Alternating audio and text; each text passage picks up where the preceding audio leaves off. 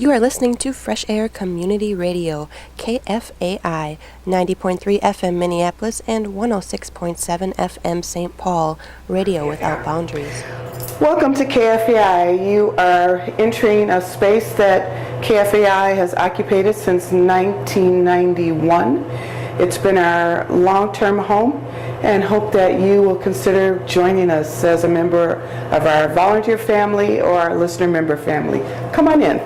Where is KFAI for people who don't know Minneapolis? KFAI is on 1808 Riverside Avenue, right on the corner of Cedar and Riverside. We are in the heart of the West Bank at the University of Minnesota. So we're accessible by light rail, by public transportation, bus, and we also have parking facilities in the area. We're entering our administrative area where our front desk manager is a volunteer. John is with us every Monday morning and has been here for at least 8 years, maybe even longer. Yeah, that's what I thought. We make sure that all of our visitors are received here, and John is also managing our phones, incoming guests and phone calls, as well as managing the mail. We're going to walk back into the green room where we welcome the many community members who come to KFAI to participate in our on-air news, public information, entertainment, music, live forums, etc. They hang out here, and then our program hosts, who are also volunteers, all volunteers, will take them into the studio and get them settled and begin the discussion or the performance of music, which happens quite a bit. Very compact and economical space for our volunteers and staff who are here. We make sure that there's no barrier to having them be comfortable in terms of food, water, etc.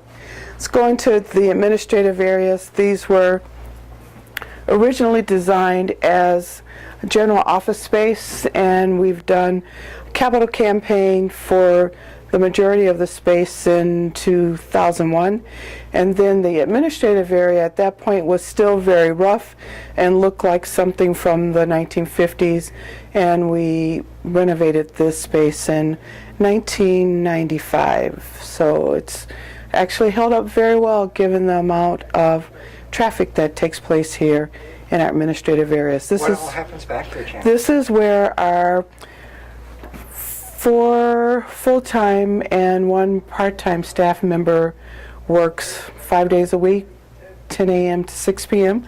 are our office hours.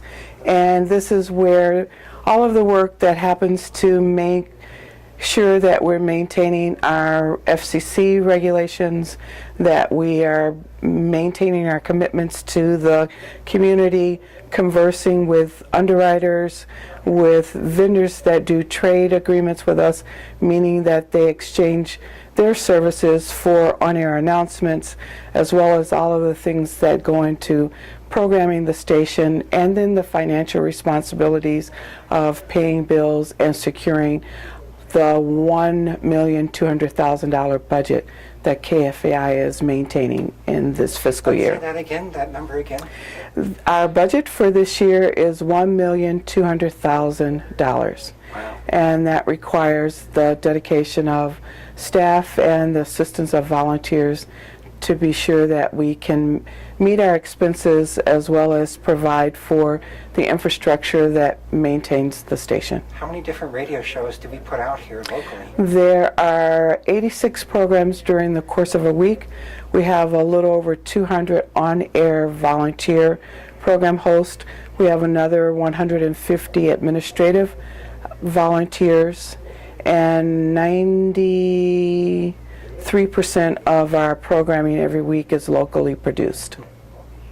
So we'll just take a walk down here. Each of us works in one of these spaces, and it leads us back through the newsroom where we accommodate a host of news volunteers. And students, you'll see a training that's taking place now, so I'll lower my voice. I would give you a sense of what it requires to do our news updates at the top of each hour, as well as the work that's done in here to produce our weekly news program. This is Dale Connolly on the right, our news director, and we have interns here now? Actually, we have our AmeriCorps Community Technology Employment Project member, Emily Krumberger.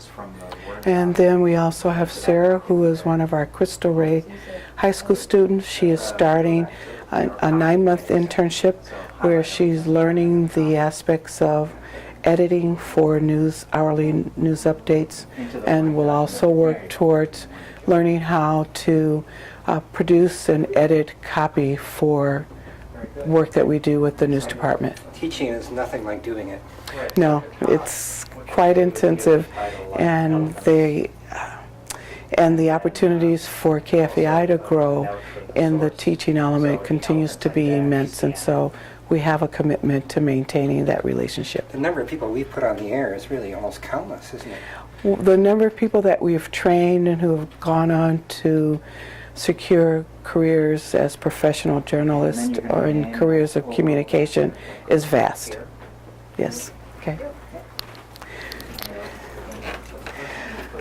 We're situated in a circle, and so we are just going through our fabulous storage space and moving. Every inch of this place. We use every inch.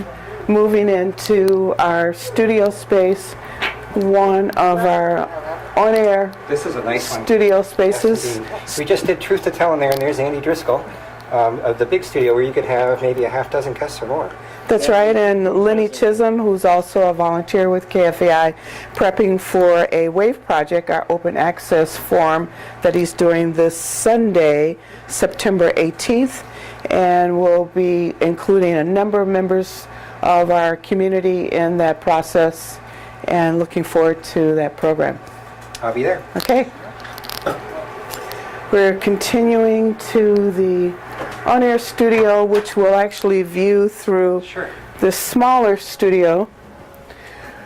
The setup of the station was designed by our chief engineer, Mr. Dan Zimmerman, and so you're looking directly into our on-air studio where Pam Hill Courier is currently on the air producing Pam Without Boundaries.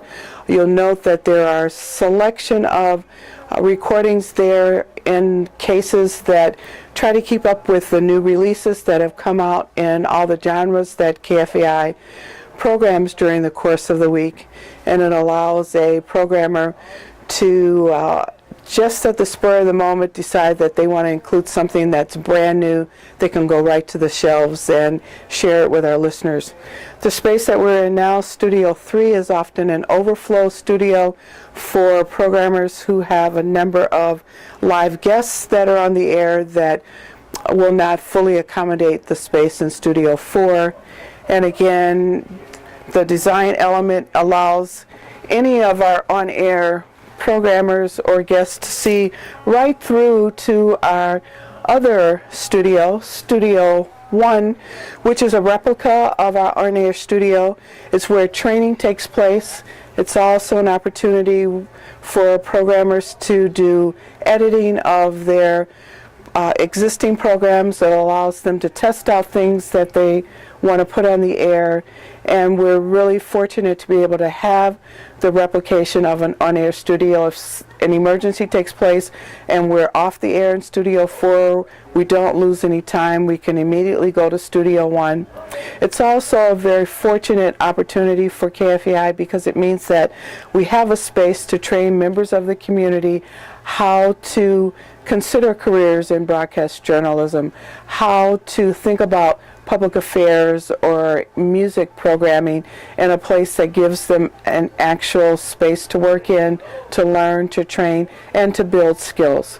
So any of the volunteers who've been here as long as 33 years or 3 months have access to this facility, and it's free of charge if they are active volunteers. So we thank our community for continuing to support us, to provide us with the finances, to make sure that this continues and that we continue to support our You are listening to mission-driven Fresh Air programming. Community Radio, KFAI 90.3 FM Minneapolis and 106.7 FM St. Paul, radio without boundaries.